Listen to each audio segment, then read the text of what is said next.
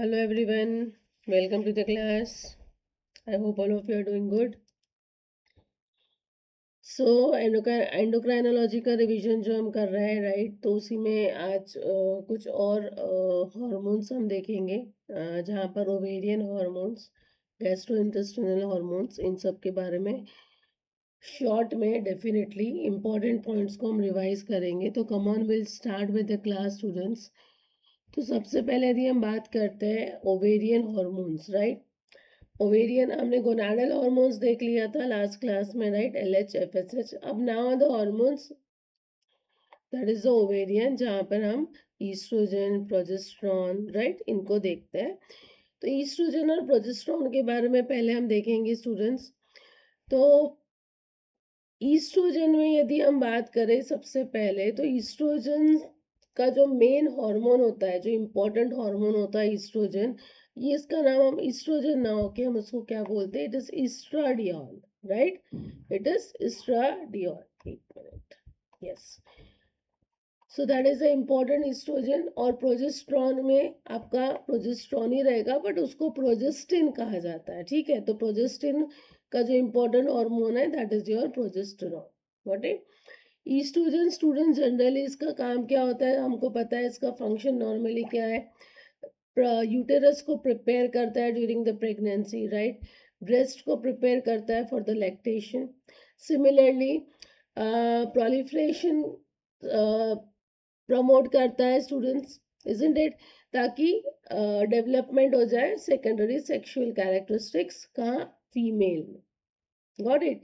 Non pregnant female जब रहेगी तो यहाँ पर ईस्ट्रोजन का सीक्रेशन जो होता है वो कौन करेगा स्टूडेंट्स? ओवरी ही करेगी. लेकिन प्रेग्नेंट वुमेन में प्रेगनेंसी के समय में ईस्ट्रोजन का सीक्रेशन प्लेसेंटा से भी होता है. ये आपको ध्यान में रखना है.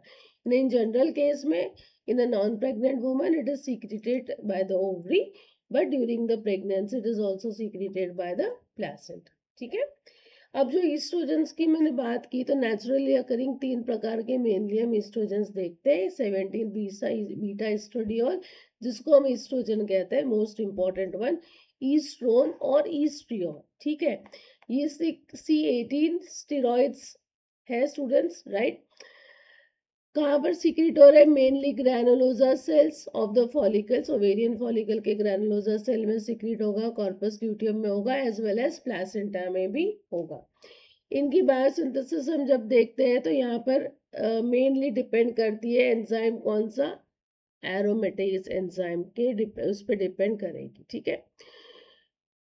जो ईस्टर्ड ऑयल है, जो कि मैंने कहा कि मेनली सीक्रेट होता है ओवरी से, राइट. लेकिन कुछ अमाउंट ऑफ ईस्ट्रोन भी सीक्रेट किया जाता है, बट यस मेनली आपका जो है that is your estradiol. Estriol weak estrogen माना जाता है. ठीक है. तो ईस्ट्रियोल बोला जाता है कि ईस्ट्रियोल कैसे बनता है, वो ईस्ट्राडियोल और ईस्ट्रोन का ऑक्सीडेटिव प्रोडक्ट है. Got it. इसीलिए वो है वीक ईस्ट्रोजन.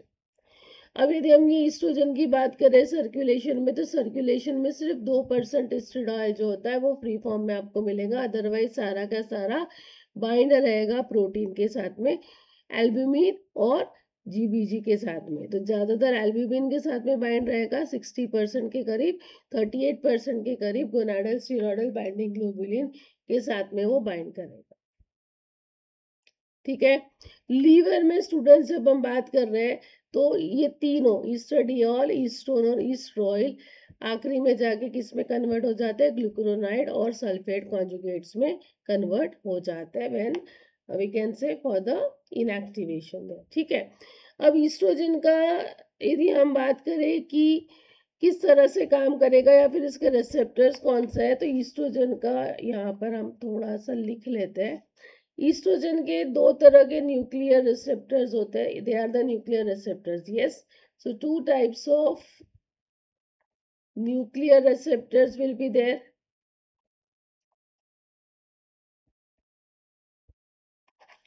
एक होता है ER अल्फा, यानी ईस्ट्रोजन रिसेप्टर अल्फा, और दूसरा होता है ER बीटा.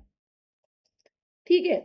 ER अल्फा जो होता है स्टूडेंट्स, ये एनकोड होता है बाय द जीन जो प्रेजेंट होता है on chromosome number 6, right. And ER beta जो है it is encoded bye gene on chromosome number 14। ER alpha receptor आपको मिलेगा यूटेरस, किडनी, लीवर और हार्ट पर, जबकि ईस्ट्रोजन रिसेप्टर बीटा जो है ये हमको मिलेगा ओवरीज, प्रोस्टेट,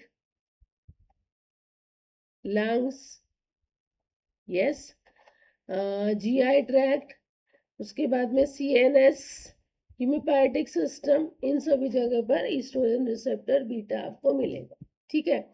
तो ये हो जाता है नॉर्मली हम ईस्ट्रोजन की जब हम बात करते हैं तो स्पेसिफिकली ये इफेक्ट कहाँ दे रहा है, फीमेल जेनिटलिया में दे रहा है ना। ओवेरियन ग्रोथ, फॉलिकल्स की ग्रोथ को बढ़ाता है, प्रमोट करता है, मोटिलिटी करवाता है यूटेराइन ट्यूब्स की, इजंट इट। यूटेरस में ब्लड फ्लो को बढ़ाने का काम करता है। इस तरह से ईस्ट्रोजन का काम है। इसके साथ साथ एक और वर्क होता है, एक और रोल होता है ईस्ट्रोजन का, कि ईस्ट्रोजन FSH का सीक्रेशन को भी डिक्रीज करवाता है, राइट। तो ये आपको ध्यान में रखना है related to oestrogen. If I move for progesterone, right, तो प्रोजेस्टेरॉन भी एक इंपॉर्टेंट ओवेरियन हार्मोन है देयर। प्रोजेस्टेरॉन की यदि हम बात करें तो it is from the progesterone, it is the important one, that is the progesterone।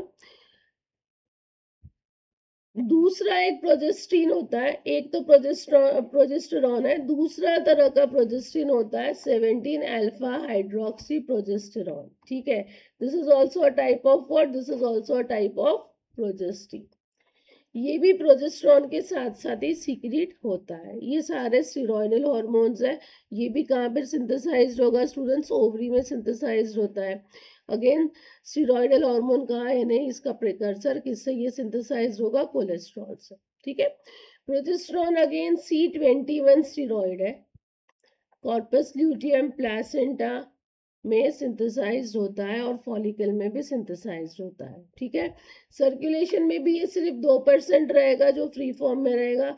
80% ये एल्ब्यूमिन के साथ बाइंड रहेगा, 18% ये कॉर्टिकोस्टेरॉइड बाइंडिंग ग्लोबुलिन के साथ में बाइंड रहेगा, ठीक है।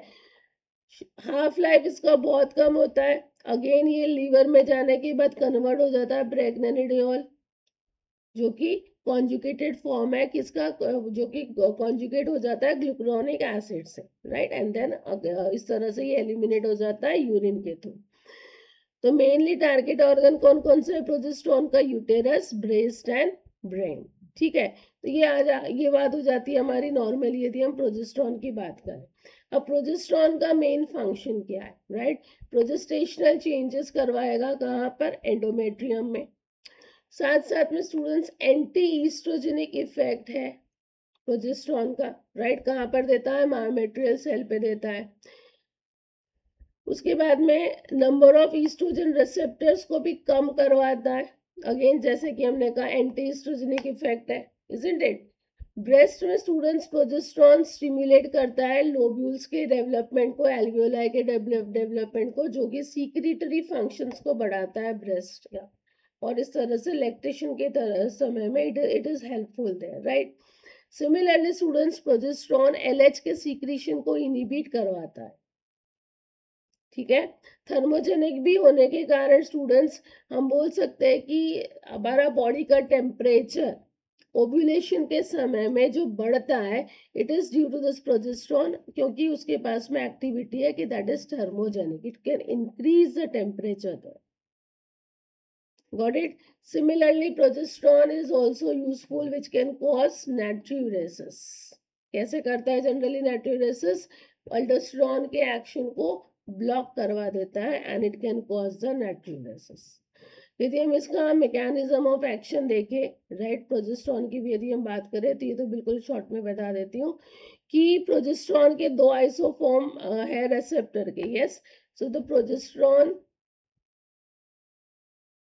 progesterone has two isoform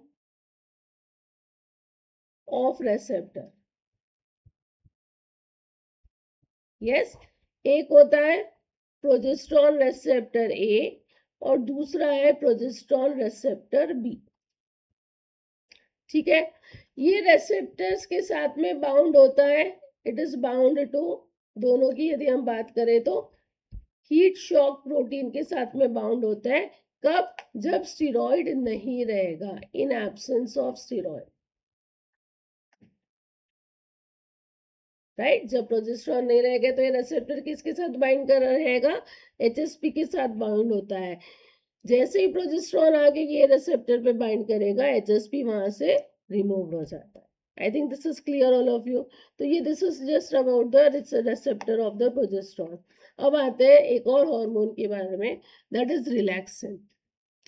relaxin क्या है स्टूडेंट्स? रिलैक्सिन एक तरह का हम कहेंगे कि इंसुलिन लाइक पेप्टाइड हार्मोन है, जो कि प्रोड्यूस कौन करता है? रिलैक्सिन को प्रोड्यूस कॉर्पस ल्यूटियम करेगा, यूटेरस में सिंथेसाइज्ड होगा, प्लासेंटा में और मैमरी ग्लैंड्स में. ठीक है, मेन के केस में it will be synthesised in prostate gland.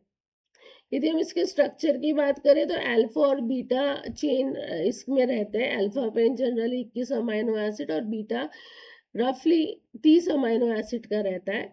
ये चेन्स लिंक्ड एक दूसरे से बाय सल्फाइड बॉन्ड्स. कितने सल्फाइड बॉन्ड होते हैं? 3 सल्फाइड बॉन्ड होते हैं, जिसमें 2 इंटरचेन होता है और 1 इंट्राचेन होता है. ठीक है, इन रिलैक्सिन का मेन रोल क्या हो जाएगा स्टूडेंट्स? प्रेगनेंसी के समय पे प्यूबिक सिम्फेसिस को ये क्या करवाता है? रिलैक्स करवाता है. राइट, पेल्विक जॉइंट्स को रिलैक्स करवाता है और यूटेराइन सर्विक्स को डायलेट करवाने में हेल्प करता है. सो डिलीवरी के समय में रिलैक्सिन का रोल होता है मसल्स को रिलैक्स करवाना, राइट, और सर्विक्स को डायलेट करा के इजी डिलीवरी करवाना. सिमिलरली स्टूडेंट्स, जो यूटेराइन कॉन्ट्रैक्शन होता है, यस, यूटेराइन कॉन्ट्रैक्ट ना होना जरूरी होता है. यस, तो कॉन्ट्रैक्शन को ये इनिबिट करता है. ठीक है, नॉन प्रेग्नेंट वुमेन यदि है तो उनमें रिलैक्सिन आपको कहाँ मिलेगा? कॉर्पस ल्यूटियम में और एंडोमेट्रियम. प्रोलिफरेटिव फेज में it will not be there.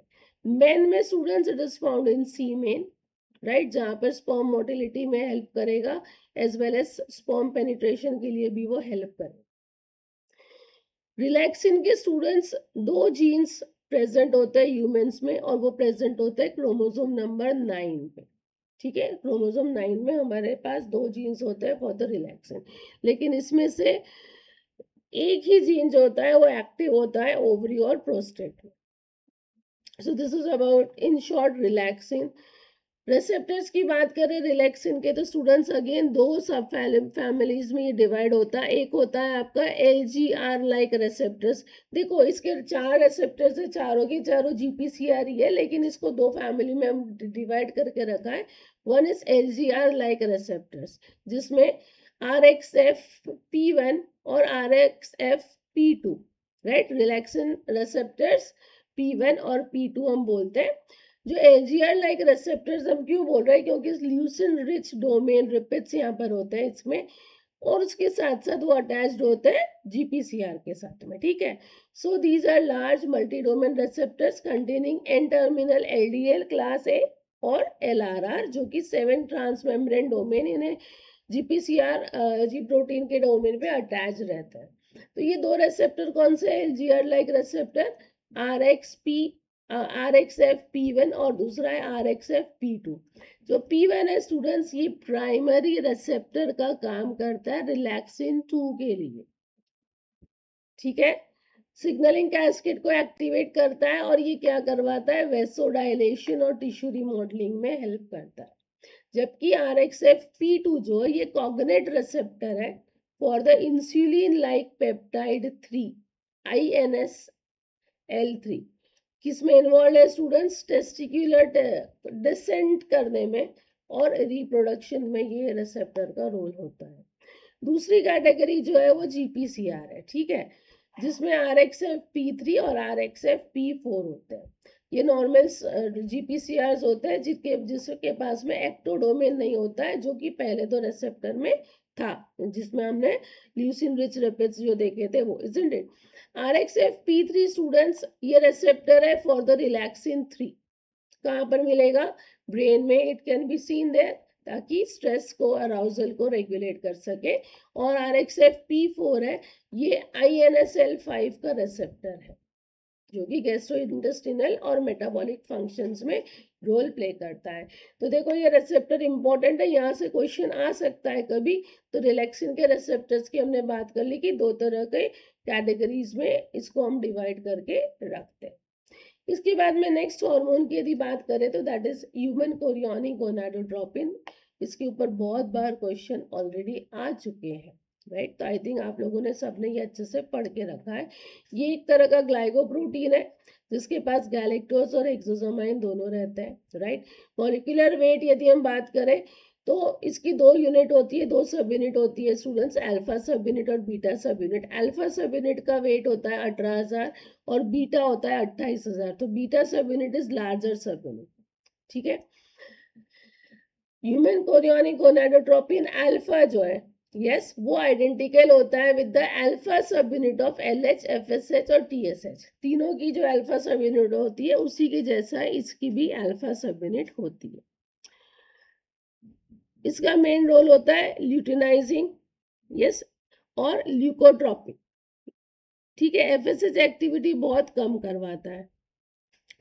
इसको यदि हमको मेजर करना है, राइट, तो हम रेडियो इम्यूनोएसिड से मेजर कर सकते हैं। उसको ब्लड में डिटेक्ट किया जाता है 6 days after consumption, yes, early as early, यानी उसके पहले नहीं, तब तक आप कर सकते हो।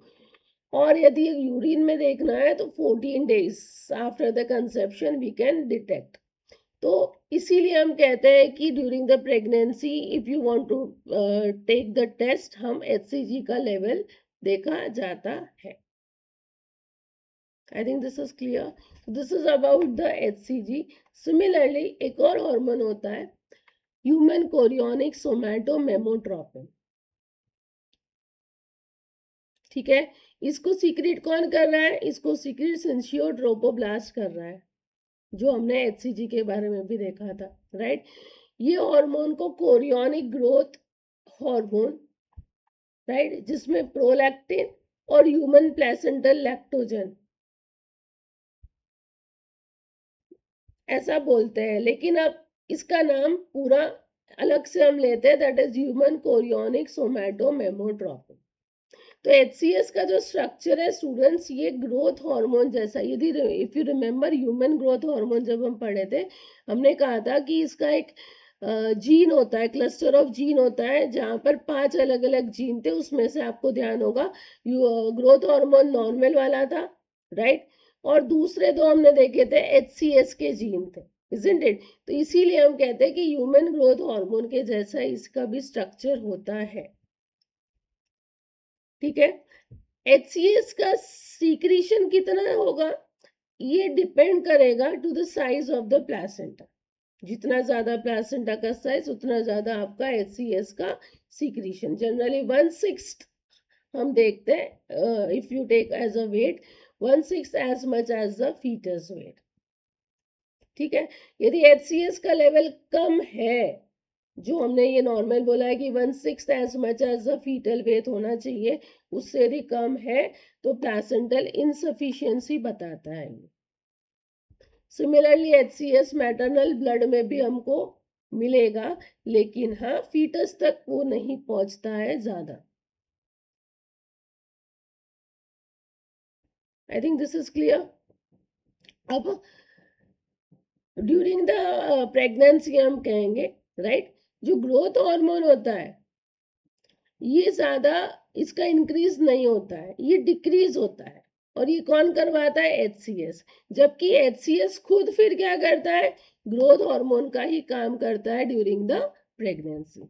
नाइट्रोजन, पोटेशियम, कैल्शियम का रिटेंशन करवाना, लिपोलिसिस करवाना, ग्लूकोज यूटिलाइजेशन कम करवाना, ये सारी चीजें HCS खुद करता है, ठीक है?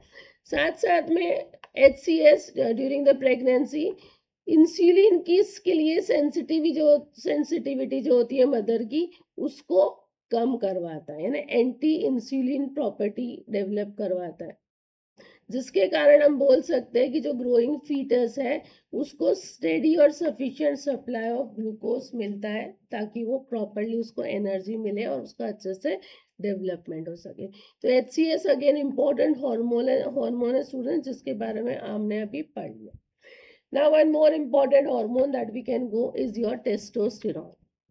Testosterone, students, again it is secreted in the testes, हम कहेंगे है ना, लेडिक सेल्स जो होता है वहां पर ये सीक्रेट होता है। इसका रोल भी होता है ग्रोथ और division of testicular germinal cells. Main hormone है टेस्टिस का टेस्टोस्टेरोन। अगेन स्टेरॉयडल हार्मोन है, C19 स्टेरॉयड है स्टूडेंट्स, राइट। कोलेस्ट्रॉल से सिंथेसाइज्ड होता है, कहाँ पर सिंथेसाइज्ड होता है, लेडिक सेल्स में सिंथेसाइज्ड होता है। साथ साथ में ये एंडोस्टेरिडियन से भी सिंथेसाइज्ड होता है जो कि एड्रिनल कॉर्टेक्स में सीक्रेट होता है। हमने कल पढ़ा था एड्रिनल, कल की क्लास में एड्रिनल कॉर्टेक्स वाले, जहाँ पर एंड्रोजन्स हमने देखे थे, है ना। तो वहां पर भी again this testosterone can be secreted from androstenedione. अब लेडिक सेल्स की यदि हम बात करें स्टूडेंट्स, तो लेडिक सेल्स में जस्ट लिसन केयरफुली, लिखा हुआ नहीं है यहाँ पर, 11 और 21 हाइड्रोक्सिलेज नहीं जो रहते हैं वो नहीं होते हैं। ये 11 और 21 हाइड्रोक्सिलेज कहाँ प्रेजेंट होते हैं, एड्रिनल कॉर्टेक्स में प्रेजेंट होते हैं, लेकिन लेडिक सेल्स में ये प्रेजेंट नहीं होते, ये एब्सेंट होते हैं, ठीक है।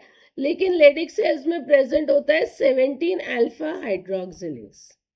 तो ये 17 अल्फा हाइड्रोक्सिलेज क्या करता है, प्रेग्नेनोलोन को कन्वर्ट करवाता है 17 अल्फा हाइड्रोक्सी प्रेग्नेनोलोन, जहां से फिर डिहाइड्रोपिएंडोस्टेरोन बन जाएगा, ठीक है।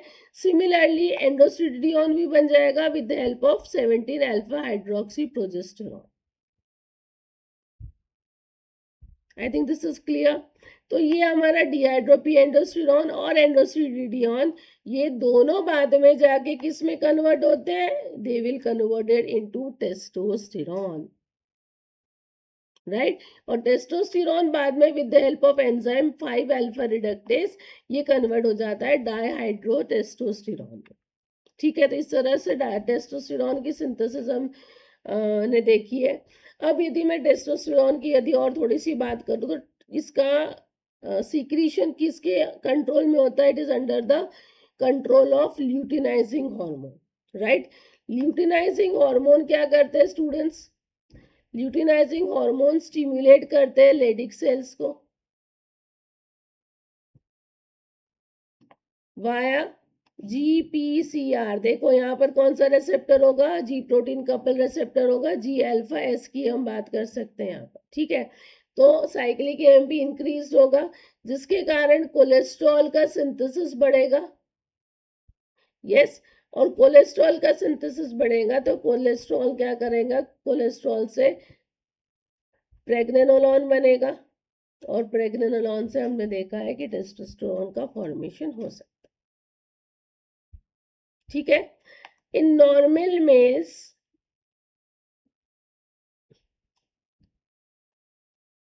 टेस्टोस्टेरोन होता है 4 to 9 mg पर डी, राइट।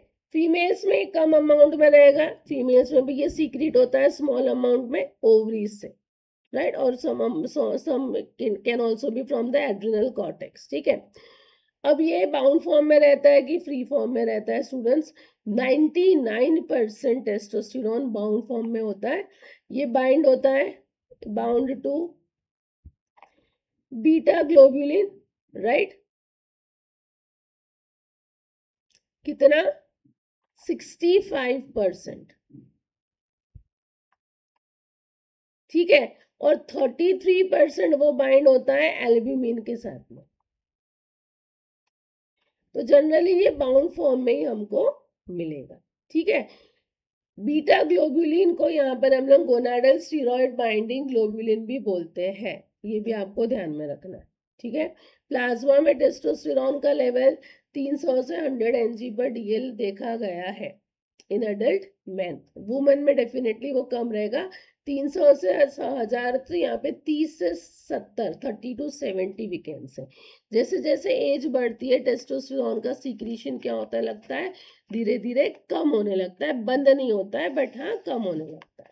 ठीक है, अब देखो स्टूडेंट्स, यदि हम रेसेप्टर्स की बात करें तो टेस्टोस्टेरोन का रिसेप्टर जो होता है, definitely they are the intra cellular receptors, है ना, जैसे कि स्टेरॉयडल रिसेप्टर्स होते हैं, सेल के अंदर रहेगा न्यूक्लियस में। यहाँ पर एंड्रोजन रिसेप्टर्स होते हैं स्टूडेंट्स, यस, कौन सा रिसेप्टर है, they are the androgen receptors, जिसको हम लोग NR3C4 भी बोलते हैं। Yes, this is the receptor for the testosterone. Testosterone generally आता है, yes, and it can enter और बाइंड कर लेगा रिसेप्टर के साथ में। लेकिन बहुत बार क्या होता है, टेस्टोस्टेरोन अंदर आने के बाद में with the help of enzyme 5 alpha reductase ये कन्वर्ट हो जाता है डाईहाइड्रोटेस्टोस्टेरोन से, DHT जो हम बोलते हैं। इसका भी रेसेप्टर सेम ही है, एंड्रोजन रेसेप्टर ही है जो टेस्टोस्टेरोन का है, सेम रेसेप्टर होता है। ठीक है, तो डाईहाइड्रोटेस्टोस्टेरोन जब रेसेप्टर के साथ में बाइंड कर लेता है तो इसकी जो एफिनिटी होती है ये ज्यादा होती है एज कंपेयर टू टेस्टोस्टेरोन का, जब वो रेसेप्टर के साथ में बाइंड करेगा। तो टेस्टोस्टेरोन रेसेप्टर कॉम्प्लेक्स लेस स्टेबल है और DHT रेसेप्टर कॉम्प्लेक्स ज्यादा स्टेबल। इसीलिए टेस्टोस्टेरोन जनरली क्या करता है, अंदर आने के बाद में वो कन्वर्ट हो जाता है DHT में, ताकि उसका एक्शन ज्यादा हो। और एक्शन क्या होता है स्टूडेंट्स, जैसे ही एक्टिवेट हो जाएगा, राइट, तो गोनाडोट्रोपिन रेगुलेशन करवाएगा, स्पर्मेटोजेनेसिस करवाएगा, सेक्सुअल डिफरेंशिएशन में it will be there, and sexual maturation at puberty. These all will be the role for the testosterone. ठीक है, अब ये जो 5 अल्फा रिडक्टेज एंजाइम है इसके बारे में भी थोड़ा सा मैं लिखवा देती हूँ। ह्यूमंस में स्टूडेंट्स दो 5 अल्फा रिडक्टेज है, एक होता है टाइप 1 और दूसरा होता है टाइप 2 5 अल्फा रिडक्टेज। ठीक है, टाइप 1 जो होता है ये कहां पर प्रेजेंट होता है, इन स्किन और स्कैल्प।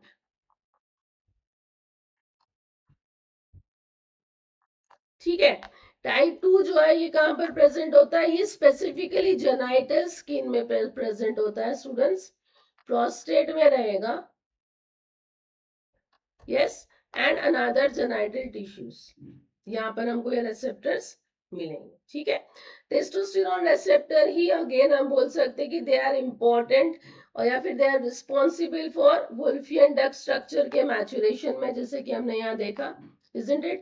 इसके मैचुरेशन में इंपॉर्टेंट होता है, और इस तरह से हम कहेंगे कि male genitalia, male internal genitalia के लिए भी again they will be responsible for the maturation.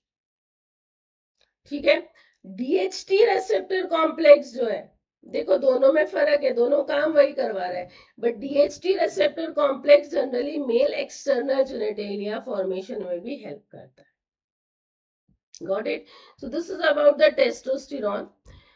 अब एक बार ये टेबल भी देख लीजिए, ये इनका डिस्ट्रीब्यूशन दिया है, एल्ब्यूमिन के साथ कितना बाउंड है, CBG के साथ में और GBG के साथ में कितना बाउंड होता है और कितना परसेंट फ्री रहता है अबाउट द टेस्टोस्टेरोन, एंडोस्टेरोन, ईस्ट्रेडियोल, प्रोजेस्टेरोन और cortisol. Just go with this table. I think this इसका फुल फॉर्म हमने ऑलरेडी देख लिया, ये आपका गोनाडल स्टेरॉइड बाइंडिंग ग्लोबुलिन है और ये भी ग्लोबुलिन है, कौन सा, कॉर्टिकोस्टेरॉइड बाइंडिंग ग्लोबुलिन।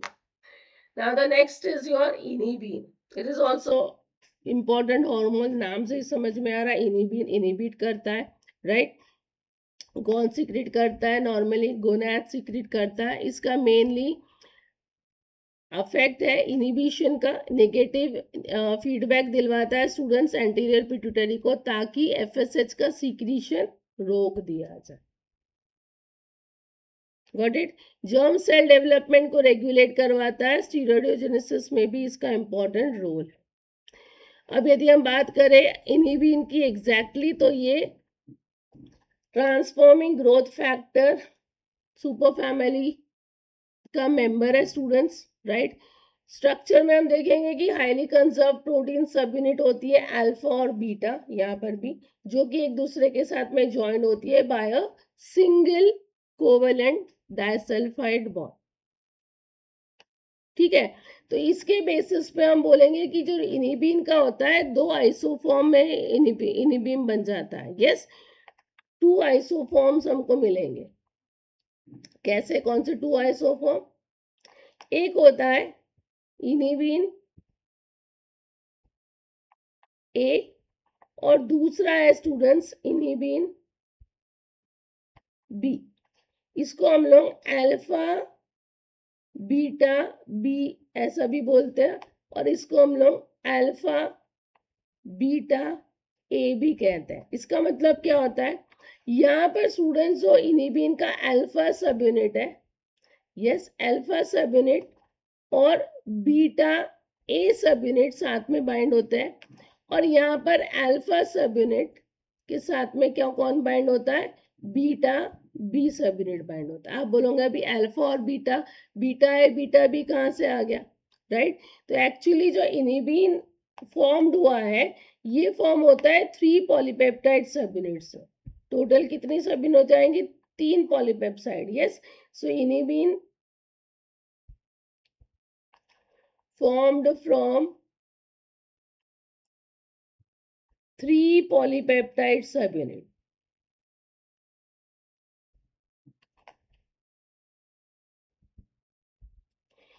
एक होती है अल्फा सबयूनिट जो कि ग्लाइकोसाइलेटेड होती है। Yes, 1 alpha subunit which is glycosylated, जिसका मॉलिक्यूलर वेट नियरली 18,000 होता है, और 2 बीटा सबयूनिट होती है स्टूडेंट्स, राइट? एस कैसे, बीटा ए और बीटा बी। ठीक है, दे आर नॉन ग्लाइकोसाइलेट। देखो ये इंपॉर्टेंट है। मॉलिक्यूलर वेट होता है दोनों का अगेन 14,000। ठीक है, तो अल्फा सबयूनिट जब बाइंड करती है बीटा ए के साथ में तो इनिबिन ए बनेगा, और अल्फा सबयूनिट जब बाइंड करेंगी बीटा बी के साथ में तो इनिबिन बी बनेगा। इनिबिन ए और इनिबिन बी दोनों स्टूडेंट्स एफएसएच सिक्रीशन को इनिबिट करते हैं। ठीक है, और स्पेसिफिकली यदि हमको देखना है तो फीमेल्स में स्टूडेंट्स इनिबिन का सीक्रीशन होता है ग्रैनुलोसा सेल्स ओवेरियन फॉलिकल के, इसमें से इनिबिन बी और बहुत ज्यादा बढ़ जाता है स्टार्टिंग वाले फॉलिकुलर फेज यानी अर्ली फॉलिकुलर फेज के समय में, ताकि वो एफएसएच का लेवल क्या कर सके, रेगुलेट कर सकते हैं, है ना। और इनिबिन ए स्टूडेंट्स ये कॉर्पस ल्यूटियम प्रोड्यूस करता है ड्यूरिंग द ल्यूटियल फेज। दोनों का काम क्या है, दोनों एफएसएच के सिक्रीशन को इनिबिट करते हैं, साथ साथ में एक्टिविन एक्टिविटी को भी एंटागोनाइज करवाते हैं। ठीक है, मेल्स में स्टूडेंट्स इनिबिन बनता है वो, लेकिन सीक्रेट होता है सर्टोली सेल से। यहाँ पर भी इनिबिन बी जो स्पेसिफिकली यहाँ पर इनिबिन बी काम करेगा, जो कि एफएसएच लेवल को नेगेटिवली फीडबैक करवाता है। ठीक है, अभी क्योंकि students serum level of inhibin A और इनिबिन बी ये जनरली हम कहते हैं कि as a clinical marker use किए जाते हैं for the ovarian function, testicular function. ठीक है, तो ये चीज भी आप लोगों को ध्यान में देना है, and some sort of tumours also. So this is about your inhibin. इसके बाद में आई थिंक ओवेरियन हॉर्मोन्स हमने ओवेरियन टेस्टिकुलर हॉर्मोन्स ये सारे हमने देख लिए। अभी एक और हार्मोन है इरिथ्रोपाइटिन, राइट, जो हमको पता है कि किडनी का हार्मोन हम कहते हैं। इरिथ्रोपाइटिन अगेन इरिथ्रोपाइसिस में हेल्प करता है ना। 165 अमाइनो एसिड का हार्मोन है स्टूडेंट्स, ग्लाइकोसाइलेटेड होता है। इसके रिसेप्टर जो है वो साइटोकाइनिन रिसेप्टर होता है, क्लास 1 साइटोकाइनिन सुपर फैमिली के रिसेप्टर होता है स्टूडेंट्स। ये रिसेप्टर कहाँ प्रेजेंट होते हैं, इरिथ्रोसाइट प्रोजेनाइटर सेल्स पे प्रेजेंट हो गए बोन मैरो में, और non hematopoietic cells like endothelial cells और न्यूरल सेल्स में प्रेजेंट होते हैं। 85% ऑफ इरिथ्रोपाइटिन किडनी से आता है और बचा हुआ 15% लीवर से बनता है। ठीक है, इरिथ्रोपाइटिन कहाँ पर प्रोड्यूस होगा? ये प्रोड्यूस्ड होता है इंटरस्टिशियल सेल्स जो होते हैं, पेरिटिब्युलर कैपिलरी हम जब देखते हैं किडनी में, राइट, वहाँ के इंटरस्टिशियल सेल्स या फिर आई सेल्स में प्रोड्यूस्ड होता है, और लीवर में ये प्रोड्यूस्ड होता है पेरिवेनस हिपेटोसाइट्स में। सर्कुलेशन में होता है ये 5 आवर्स तक का, तो हाफ लाइफ इसका होता है 5 आवर्स। मेन काम क्या है स्टूडेंट्स? बोन मैरो को स्टिमुलेट करता है ताकि इरिथ्रोसाइट्स यानी मैच्योर इरिथ्रोसाइट्स बना सके। इमैच्योर इरिथ्रोसाइट सेल्स इरिथ्रोइड सेल्स को अपोप्टोसिस नहीं करवाता है और उनको मैच्योर करवाता है। ठीक है, नॉन हिमेटोपोएटिक टिश्यूज को प्रोटेक्ट करता है फ्रॉम स्ट्रेस एंड इंजरी, साथ साथ में anti apoptotic, antioxidant, anti inflammatory effect भी दिलवाता है ब्रेन और हार्ट के लिए।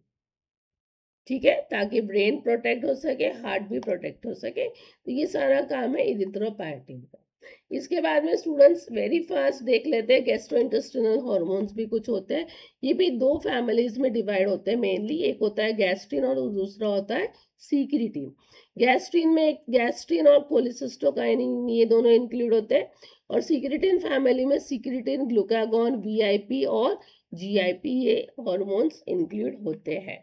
तो सबसे पहले यदि मैं गैस्ट्रिन की बात करूं तो गैस्ट्रिन का प्रोडक्शन होता है, ये प्रोड्यूस्ड होता है जी सेल्स, राइट, गैस्ट्रिक म्यूकोसा के जी सेल में ये प्रोड्यूस्ड होता है।